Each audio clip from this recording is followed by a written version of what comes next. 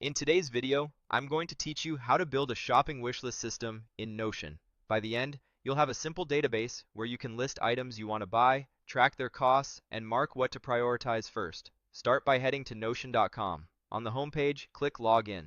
Choose the Google option, then select your Google account and complete the sign-in. Once you're in, create a fresh space for your wishlist by clicking Add a Page in the sidebar. Give your page a clear name. I'll call mine Shopping Wishlist System so it's easy to find later. Click in the empty area under the page title to start adding content. Type the /command/table, then pick Table View. This creates a database table right on your page. You'll see a default name column. Click that header to rename it and type Item. This will hold the names of the products on your wish list. Now add your first entries. Click New Page in the first row to add your first item and type its name. For example, enter Monitor. Click New Page again to add a second item and type Gaming Chair. You can always add more items later the same way. Next, let's capture the amount for each item. Click the header of the next column to adjust its type. Change it to number so it stores prices cleanly. With the column set, click the number cell for the monitor row and type an amount, for example 200. Then click the number cell for the gaming chair row and type 400. Use amounts that make sense for you.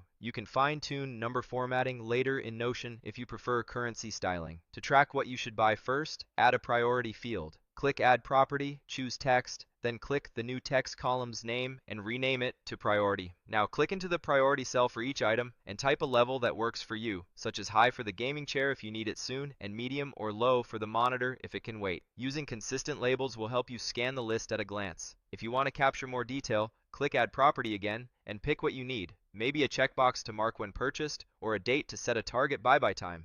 You can add these now or later as your wish list grows. That's it. You've built a clean shopping wish list in Notion with items, amounts, and priorities all in one table that's easy to update and maintain.